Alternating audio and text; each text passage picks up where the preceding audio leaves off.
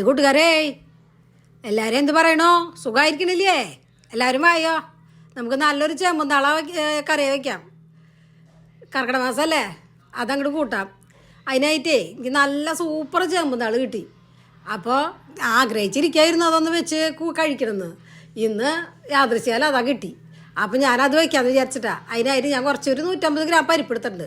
ആ പരിപ്പിനെ അങ്ങോട്ട് വേവിച്ചു. ആ വേവിച്ചിട്ട് അതിലേക്ക് നമ്മുടെ ചേമ്പുന്താളിൻ്റെ ഒക്കെ നല്ലോണം കഴുകി അതിൻ്റെ തൊലിയൊക്കെ കളഞ്ഞ് കഴുകി വെടുപ്പാക്കിയിട്ട് അത് അതിലേക്ക് ഇട്ടു.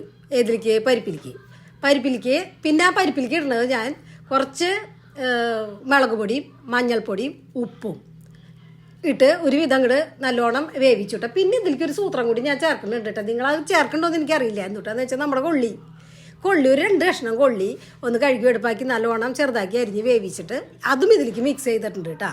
എന്നിട്ട് പിന്നെ നമ്മുടെ അരപ്പാണ് പിന്നെ ഒഴിക്കുന്നത്. അരപ്പിലേക്ക് വേണ്ടിയിട്ട് നമ്മുടെ ചെറുജീരകം, നല്ല ജീരകേ, അതും പിന്നെ ഒരു ലേശം പച്ചമുളകും, 2 പച്ചമുളകും, ഒരു 2-3 പോറ്റ് വെളുത്തുള്ളിയും, പിന്നെ ഒരു 5-6 പോറ്റ് ചുവന്നുള്ളിയും, അതും കൂടി അങ്ങോട്ട് നല്ലോണം അരച്ചിട്ട് നമ്മുടെ ഇതിലേക്ക് ചേർക്കണം കേട്ടോ. എന്നിട്ട് ഇതെല്ലാം കൂടിയിട്ട് മിക്സ് ആക്കിയിട്ട് നല്ലോണം അങ്ങോട്ട് തിളപ്പിച്ചിട്ട് നല്ലോണം അങ്ങോട്ട് നമ്മുടെ കടുക് പൊട്ടിച്ചിട്ട് നല്ല വറ്റൽമുളക് ഇതൊക്കെ ഇട്ടിട്ട് വേപ്പിലൊക്കെ അധികം ഇട്ടിട്ട് കടുക് പൊട്ടിച്ചിട്ട് ഒഴിച്ചോട്ടാ. സൂപ്പർ കറിയാണ്. എന്തായാലും ഈ മാസം അത് കഴിക്കേണ്ടതാണ്, നല്ലതാണ്. ഇത് കർക്കിടക മാസമല്ലേ, എല്ലാവിധ ഔഷധ സസ്യങ്ങളും കഴിക്കുന്ന മാസമാണ്. നമ്മുടെ അമ്മമാരൊക്കെ നമുക്ക് വെച്ച് തരാറില്ലേ ഇത്. അപ്പോൾ നിങ്ങളും കൂടി ഒന്ന് കഴിച്ചു നോക്കിയിട്ട് വെച്ചിട്ട്. അപ്പോൾ എൻ്റെ ചേമ്പുന്നാളിനെയും എന്നെയൊക്കെ ഇഷ്ടമായി ഒന്ന് ഷെയർ ചെയ്യുക, ലൈക്ക് ചെയ്യുക, സബ്സ്ക്രൈബ് ചെയ്യുക കേട്ടോ. അപ്പോൾ ചേമ്പിൻ്റെ ഇലയായിട്ട് ഞാൻ വേറൊരു ദിവസം വരാം കേട്ടോ. അപ്പോൾ നമുക്ക് അടുത്ത വീഡിയോയിൽ കാണാം. Tata, bye bye.